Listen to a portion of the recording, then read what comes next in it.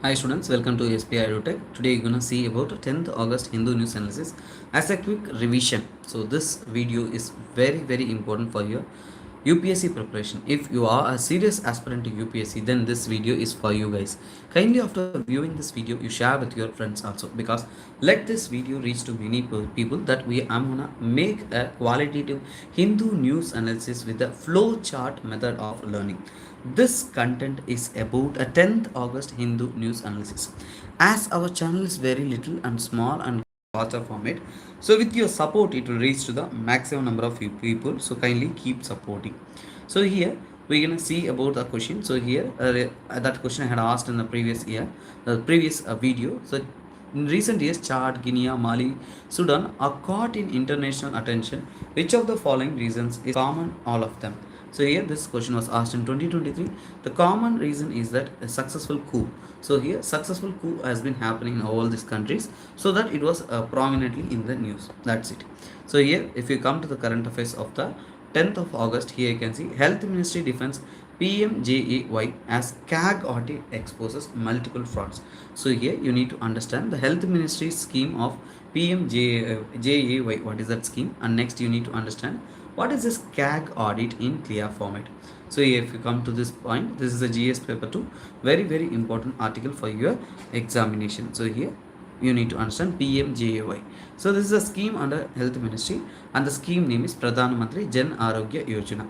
This is the world's largest health insurance scheme that was launched by the government and reaching to the poorest of the poor, many people. So and it is providing an insurance cover of about 5 lakhs, which means for every person, for every family per year, it will be providing 5 lakhs health cover. And next here, it is not for the primary health care. Primary health care means if you are injured by a small accident or small injury, that is not considered as to be a secondary care. So if it is primary care, it is not provided, but it is particularly targets the secondary and tertiary care for the people, and it is available on the both public and private hospitals, which benefits the people. And next here, in India, more than 6 crore members are having a health issues, and because of this health issues they are pushed into the poverty. So more than 6 crore people are pushed into poverty. So to bring them out of the poverty, this insurance scheme stands to be very crucial. Next, so here what is this CAG has found out? So here CAG had found many irregularities, many problems, many scams over this scheme. So here it had provided that many fake numbers and fake beneficiaries are there in it. It had exposed them, and also here it had told that many registration numbers are just like this, 9 tens and also 88888, like fake numbers have been used, and also in the same Aadhaar number there are multiple beneficiaries. Like this type of scams have been happening, and also here 7 Aadhaar numbers are being linked to the 4761 registers, which means what, more number of persons are linked to the same Aadhaar number, and also data base fraud has been happening, unauthorized procedures has been held, so that government is working to resolve it. So what did our government responded? The government said that now onwards we are changing our IT portal, we are upgrading it, and also here only valid phone numbers can be taken from now, and also here it will be checking multiple verification, particularly in the National Health Authority will take multimodal verification procedures. Particularly you can see here fingerprint, iris scan and OTP, other type of modes can be increased, so that you can increase the authenticity of the persons. And next you need to understand who is this CAG, who brought this scam out, who brought the mistakes happening over here, what is their duty. So here CAG is a Comptroller and Auditor General of India. So they are a constitutional body. So CAG is the constitutional body under the Article 148 of our constitution, and it is independent. So here it is an independent office, and it is not working under any ministry, because it is mainly working for the people. And next here it will, president will appoint the CAG chairman, and also he will be working under the warrant and hand and seal of the president. And next, the CAG person or the chairman, the CAG will be act as a guardian of the public purse. Our money is responsibly held by the CAG. And next here, both the central and state level there is a CAG working upon, so that it is part of our federalism procedure in our India. Article 150 of the CAG will provide that CAG can advise the president regarding this matters. And also here Article 151 says that CAG report should be submitted to the president, and in turn that report will be submitted to the parliament. This is what at the central level. And next, if you come here, CAG report at the central level, it will be state level will be submitted to the governor, and then in turn it will be submitted to the legislative assembly of the state. This is the procedure that is happening over the CAG at the state level. And again, if you come to the next article, this is all about CAG and the scam that had been brought out. Now let's come to the other article. See here, change states names to Kerala. Assembly resolution urges the center. So here, Kerala state name has been converted to the Keralam. So how a name of a state can be converted? Why it is converted? What are the background story of the Kerala? Everything let us learn in a clear cut format. So here, Kerala Assembly in news. What is it? Kerala Assembly passed a resolution for the changing the name from Kerala to Keralam. Keralam is a Malayalam name. So they are insisting for the Malayalam name. And now Kerala, you understand one thing. Kerala, first of all, if you go to the background of the story of the Kerala, when did it be formed? So Kerala is formed on November 1st, 1956. So it is formed under the linguistic principles, and next here it is formed under the Madras Presidency. Initially it is part of Madras Presidency. The three provinces, the three regions, Travancore, Cochin and Malabar, the three regions combined and formed as a Kerala on November 1st, 1956. And also this is mainly formed because of the Malayalam speaking communities came together to safeguard their linguistic priorities and excel in their fields. Constitutionally, you can see here, Kerala, the name has been provided in the Schedule 1 of the Constitution. And also here, Keralam, the name should be provided. So how you can change the name?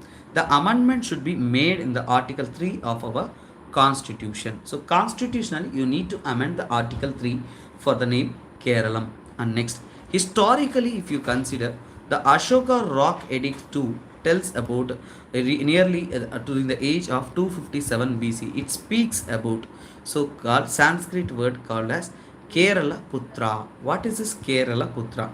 Kerala Putra indicates the Chera dynasty rulers.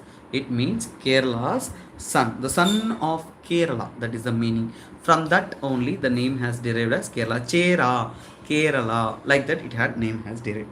And the Keralam, how the word has derived? The word Keralam is derived from Cheram. Cheram means what? Chera means, chair means join.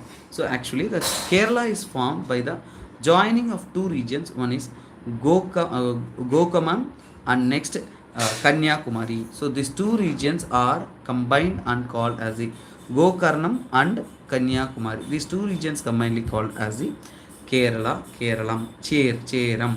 That is the name how it has derived. And now let me come to the procedure. What is the procedure for the change in the name of a state? So here constitutionally Article 3 speaks about formation of new states, alteration of areas, boundaries and names of the states. So here if you are changing the name of a state, it will be alter the constitutional Article 3. And also under the Statutory State Reorganization Act 1956, it also goes through the procedure of changing the name of the states. And who initiates to change the name of the states? Either the parliament or the state legislature have the power to initiate the change in the name of the states. And also here, renaming of the states. So who will take the renaming of the state?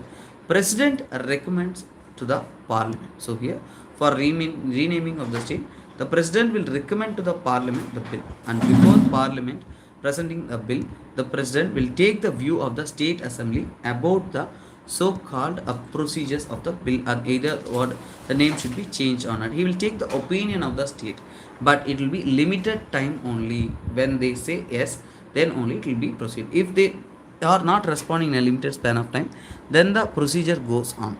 And next, the bill in the parliament doesn't need any major majority. It just need a simple majority. Simple majority is enough. That is the one crucial thing you need to understand. And also after passing through the parliament, it needs a president's permission approval to form as a law. This is it. Current affairs is part of your environment. Here this speaks about number of elephants in Kerala goes up to 364. Sorry, Karnataka goes up for 364 from the last count, touches the 6395. So now presently the population of the elephants has been drastically, good amount of number has been increased. So this is the news article. Actually, 2023 here they had submitted Asian elephant population census. In this, top elephants, which means topmost number of elephants are found in Karnataka. It had seen a significant number of increase. Forest Ministry of State has released this report. On August 12th, we're going to celebrate the World Elephant Day. Before the day, so they released this so-called data. And next, according to the elephant census 2023, 2020 we have 5740, 2012 we have 6072, 2017 we have 6049, and 2023 we had seen a significant increase in the elephant population, that is 6395, which shows the significant increase in the elephant population. And next here, the synchronized census has been taken forward through the Kerala, Tamil Nadu, AP, Maharashtra and Goa for the census. And also, the census also calculated the age, sex composition, sex ratio, population structures, everything in a proper format. And also, how did they do the census? The census has been conducted based on the direct sighting process. Bandipur Tiger Reserve had the highest number of tigers in India, and next to Nagarhole Tiger Reserve has the highest number of tigers, that is second highest, total number is 831. And next, let us know about a simple view of Asian elephants. There are three types of elephants, that is particularly Indian, Sumatran and Sri Lankan. Global population of elephants is stood at 20,000 to 40,000, and African bush elephants are a little bit larger than the Asian elephants.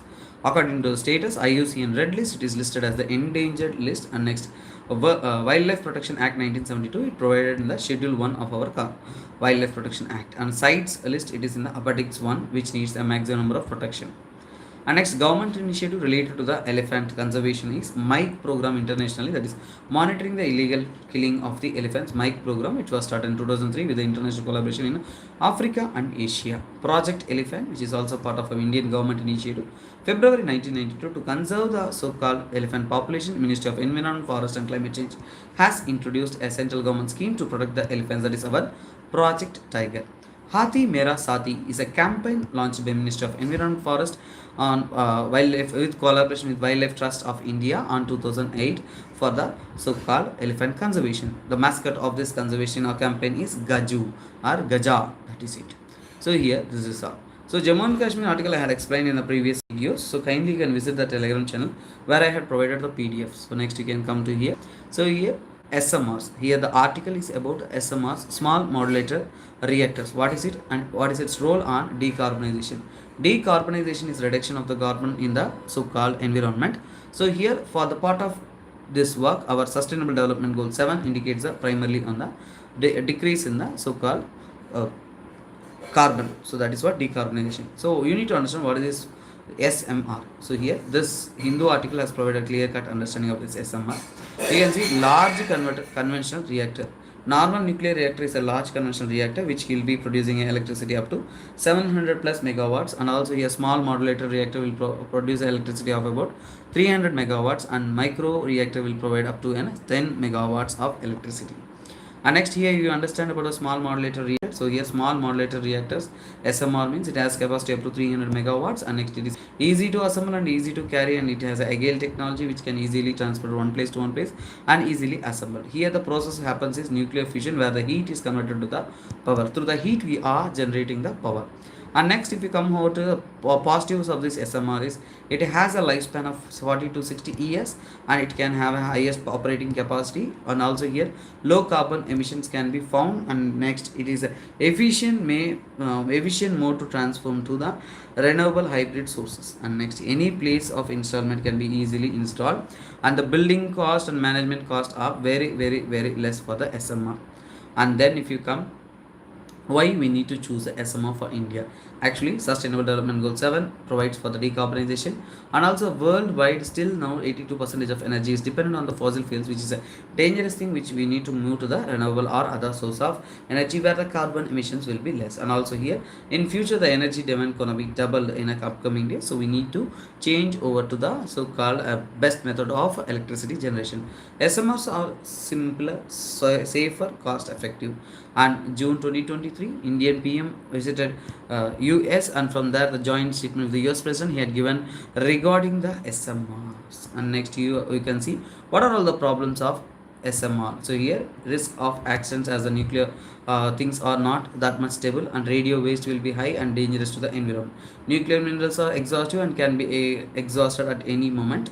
And next, it is very dangerous and unstable for the usage.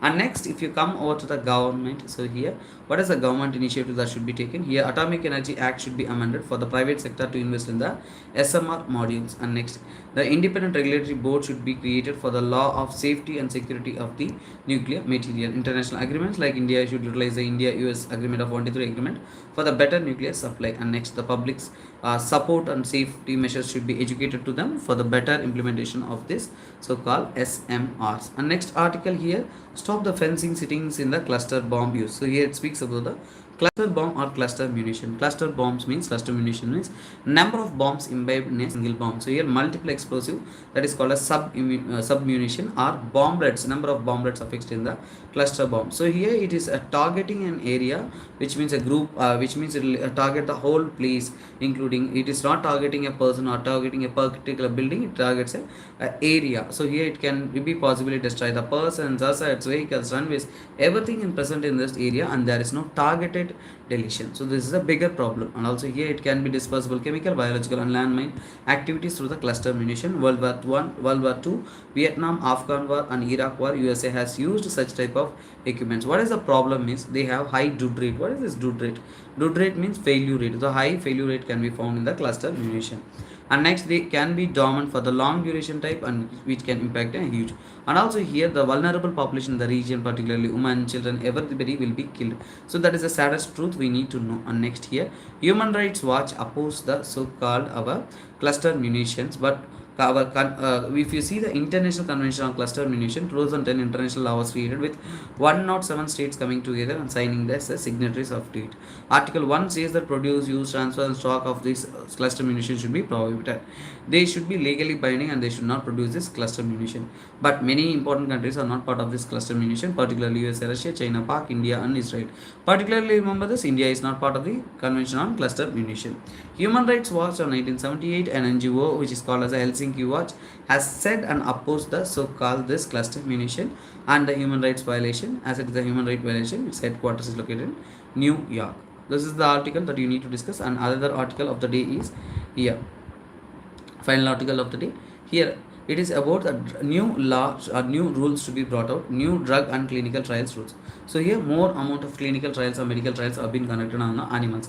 That should be reduced, and now there should be an alternative tip, so that it was being clearly rules has been designed. So here you can see here why the rules are necessary. So here less efficacy, more failure. So here if you are testing on animals, it is less efficient and more failures are being possible. Mostly they test on the rodents and non-rodents, particularly canines and primates.